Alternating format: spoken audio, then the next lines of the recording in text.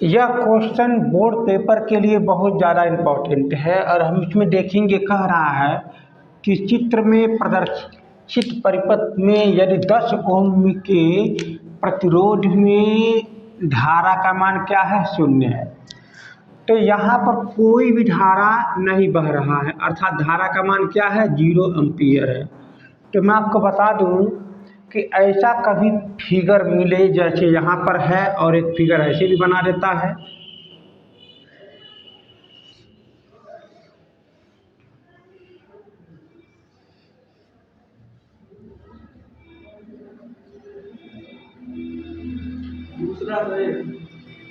आप रुक जाइए,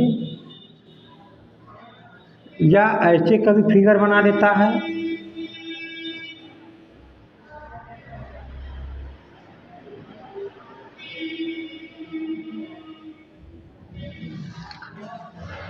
या इस तरह से बना देता है। तो ये सभी तीनों फिगर एक ही हैं, ठीक है ना।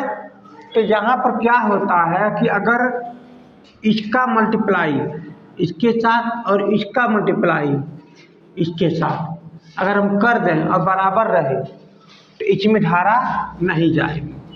उसी प्रकार अगर हम मान लीजिए यहाँ पर कोई है पी क्यू आर एस, यहाँ मान लीजिए टी, अगर हम इसका मल्टीप्लाई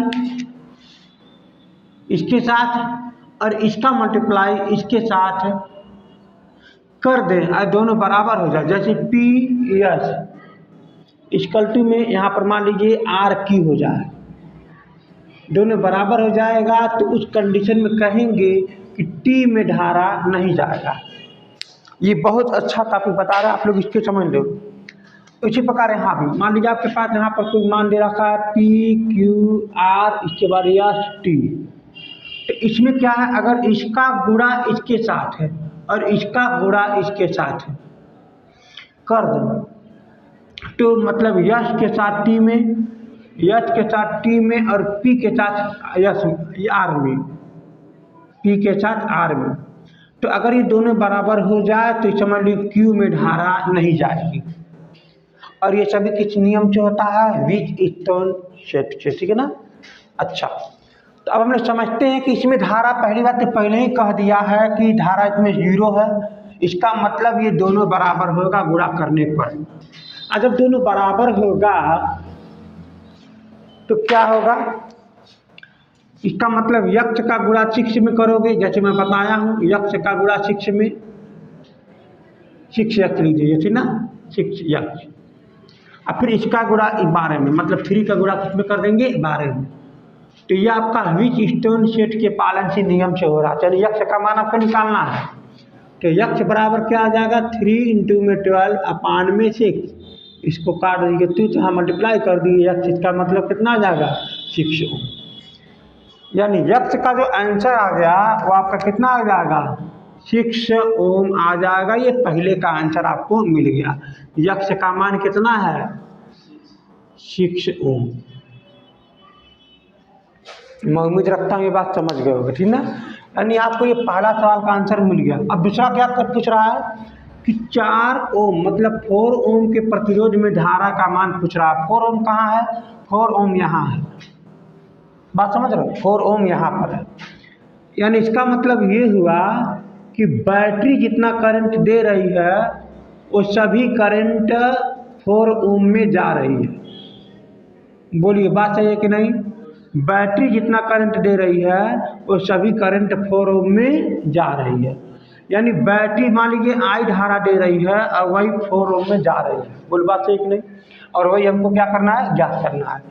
तो सबसे पहले एक काम करो, अगर मान लीजिए पूछे, आप लोग जानते होंगे कि आई इक्वल टू होता है वी बाई में आर। तो वी का तो मान पता है 5 वोल्ट का लगा है, लेकिन आर का मान तो हमको नहीं पता है, समझना। तो आर का मान क्या होगा, आपको सबको ऐड करना पड़ेगा एक साथ, जितने आर हैं, ठीक ना, ऐड करना पड़ेगा। तो अब आप देखोगे ध्यान से कि यहाँ पर तो 6 ओम तो आ गया, यहाँ पर आपका 6 ओम आ गया। और जब यहाँ पर 6 ओम रहेगा तभी तो यहाँ पर धारा 0 है, तो उसी कंडीशन में ज्ञात करेंगे। ध्यान दीजिएगा, इसका मतलब ये हुआ कि जो धारा यहाँ पर रहेगी वही धारा यहाँ पर भी रहेगी। पूरी बात सही है। और जो धारा यहाँ पर रहेगी वही धारा यहाँ पर रहेगी, क्योंकि यहाँ पर घूम के धारा नहीं जा रही है, कोई धारा यहाँ पर नहीं जा रही है। इसलिए हम कह सकते हैं कि 3 ओम में और 6 ओम में धारा समान है, तो हम कहेंगे कि दोनों श्रेणी क्रम में ऐड है। तब हम इन दोनों जब श्रेणी क्रम में ऐड रहेगा तो हम जो सीधे सीधे जोड़ देंगे, यानी 6 और 3 9, यानी ऊपर हो जाएगा 9 ओम का प्रतिरोध, समझिएगा। अब फिर उसी के नीचे यहाँ पर देखिए 12 यहाँ है 6 यहाँ है, दोनों में धारा समान है, तो 12 6 18 हो जाएगा। तो नीचे कितना हो जाएगा 12 6 18 ओम। फिर क्या कह रहा है, उसी के आगे यहाँ पर 4 ओम का प्रतिरोध लगा करके जो बैटरी लगा हुआ है, यानी इसका अगला परिपथ ये बन जाएगा। कुछ समझ में आ रहा है हम क्या बना रहे हैं, कुछ समझ में आ रहा है ना। तो अब आप देखोगे कि जब धारा यहाँ बैटरी दे रही थी, मान लीजिए आई, तो उसमें कुछ धारा आई तो जा रही थी, लेकिन आगे जाने पर धारा बदल जा रही है, I1 हो जा रहा है और यहाँ पर I2 हो जा रहा है, दोनों में धारा अलग अलग हो जा रहा है। बात समझ में आ गया। जब दोनों में धारा अलग अलग है तो हम कह सकते हैं कि 9 ओम और 18 ओम किस क्रम में हो गए, समांतर क्रम में हो गए, समांतर क्रम में हो गए में है, ठीक है, समांतर क्रम है। तो समांतर क्रम में फार्मूला होता है, इनको ऐड करने के बाद मान लीजिए हमारा R आ जाएगा, चाहे R आ जाएगा कोई बात नहीं, तो आप उसको बोलोगे 1/R इक्वल टू 1/9 प्लस में 1/18। ये समांतर क्रम का फार्मूला है। श्रेणी क्रम में क्या था, डायरेक्ट सीधे सीधे हम लोग जोड़ दिए थे, ठीक ना। तो यहाँ देखेंगे यहाँ 18 यहाँ पर 9 है, तो ऊपर नीचे 2 का गुणा करके नीचे भी 18 यहाँ पर बना लीजिए। तो अब यहाँ पर 1/R हो जाएगा, नीचे यहाँ पर 18 बन चुका है, तो ऊपर यहाँ कितना आ जाएगा 2, यहाँ पर कितना आ जाएगा 1, ठीक है ना। तो यहाँ पर कितना आ जाएगा 1/R का जो मान आ जाएगा, यहाँ पर कितना आ जाएगा 3/18। तो यहाँ पर क्या होगा, उल्टा कर दीजिए, तो R का मान निकालने के लिए 18 ऊपर हो जाएगा और बट्टे में 3 नीचे हो जाएगा, तो कट जाकर कितना आ जाएगा 6 ओम। यानी R का जो मान आ जाएगा वो कितना आ जाएगा 6 ओम आ जाएगा। यानी इन दोनों को ऐड करने के बाद 6 ओम आ जाएगा, तो अब बचेगा केवल ये 4 ओम वाला। तो इसका मतलब अगला परिपथ क्या बन जाएगा कि 6 ओम हो गया यहाँ पर, अब फिर आगे यहाँ पर 4 ओम जोड़ के बैटरी लगा देंगे। अरे हाँ है ना, आया ना। तो फिर देखोगे कि जो धारा बैटरी दे रही है वो वही धारा इसमें भी है, वही धारा इसमें भी है। अरे हाँ है ना, तो दोनों में धारा सेम है। तो इसका मतलब हम कह सकते हैं कि 4 ओम और 6 ओम दोनों किस क्रम में हो गए, श्रेणी क्रम में होगा। जब धारा सेम होगा श्रेणी क्रम में हो जाएंगे, तब फिर वही फाइनल प्रतिरोध निकालेंगे RTH, और जिसका मान हो जाएगा कितना 4 धन में 6, तो बराबर कितना हो जाएगा 10 ओम। अब इसके अलावा कोई प्रतिरोध तो बचा नहीं, तो इसीलिए हम इसको RTH बोल लेंगे, और वही RTH यहाँ पर ये पूछ रहा है, ठीक है ना, ऐसे समझ लीजिए। तो आप इसके जगह पर क्या लिख देंगे 10 ओम, यहाँ पर रख देंगे 10 ओम। अब इसको जब भाग देंगे तो 1/2 मतलब 0.5 एम्पियर यहाँ पर ये आ जाएगा। 0.5 एम्पियर बैटरी करंट दे रही है, 0.5 एम्पियर बैटरी करंट दे रही है, और वही 0.5 एम्पियर इसमें जा रहा है। बात समझ में आ गया। चलिए तो इसको नोट कर लीजिए जल्दी से, जहाँ तक ये भी समझ में आया हो।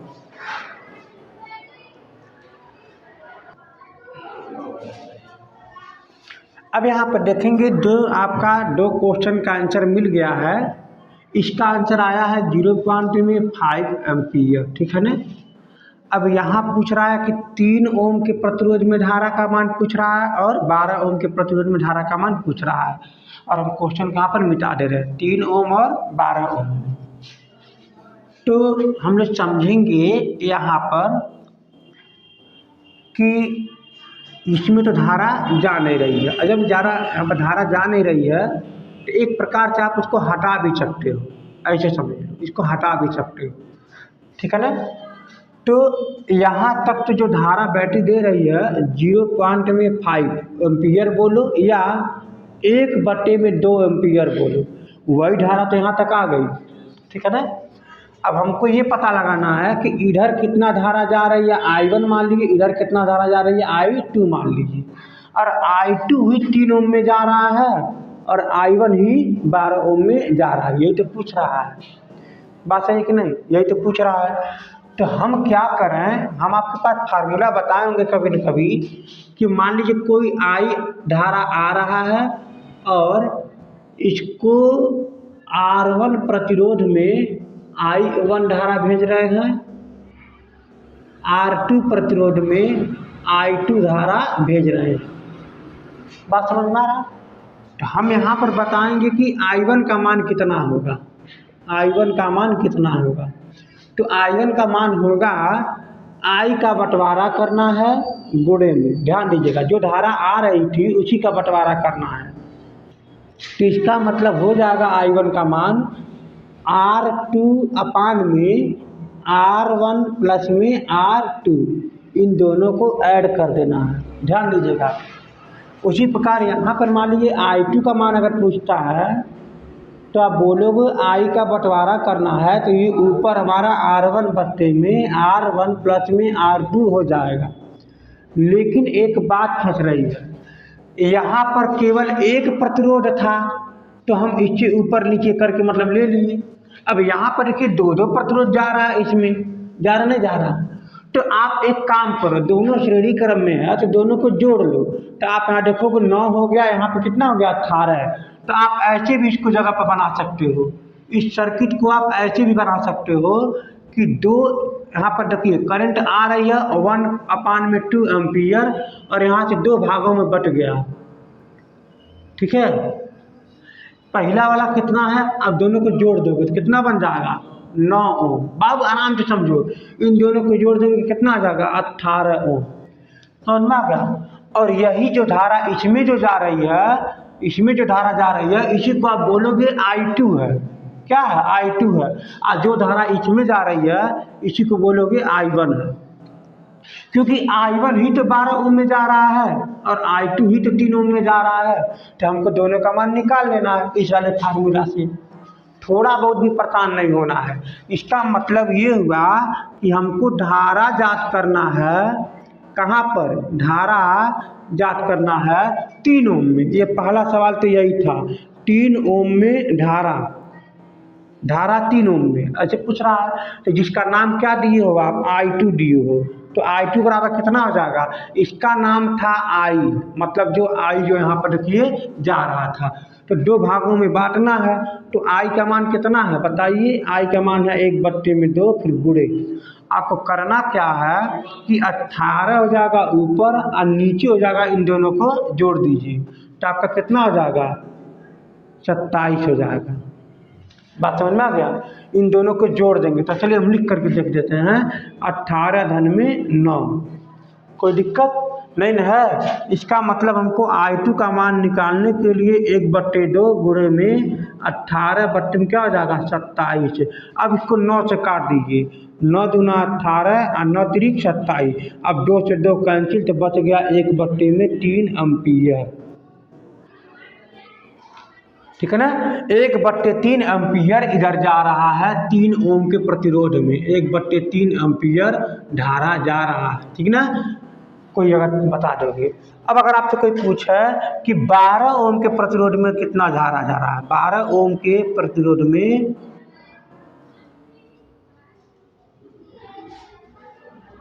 धारा,